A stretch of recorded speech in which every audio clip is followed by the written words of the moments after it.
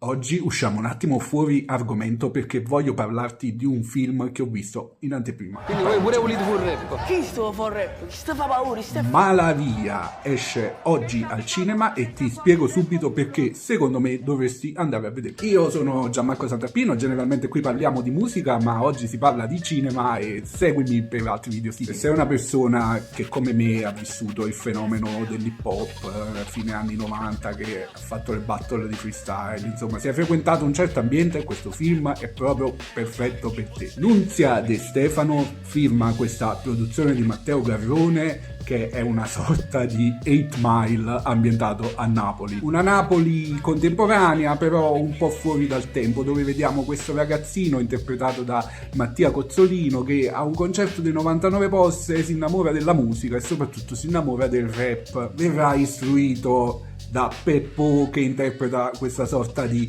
maestro Jedi che guida questo ragazzino nelle sue prime esperienze musicali e di vita. Non voglio dirti altro della trama, però questo film, devo dire, mi ha emozionato, mi ci sono un po' identificato anch'io proprio perché ho frequentato l'ambiente dell'hip hop napoletano. Pop napoletano che si sente nella colonna sonora, ci stanno brani di Peppo, brani di Speaker Censu, che ha curato proprio tutta la parte musicale, brani della famiglia, insomma l'effetto nostalgia è proprio assicurato. L'effetto nostalgia è assicurato anche da alcuni luoghi che appaiono e chi li ha frequentati lo sa, e alcuni attori che si sono fatti grandi, insomma davvero divertente. Arriva veramente quell'atmosfera, quel sogno di un ragazzo che vuole farsi strada, che vuole la sua rivalsa attraverso il rap e attraverso la musica. Per una volta troviamo quindi, diciamo, la cultura hip hop ben rappresentata. Fammi sapere nei commenti se hai visto questo film, se andrai a vederlo, se ti è piaciuto e soprattutto se non ti è piaciuto, perché devo dire non è un film per tutti.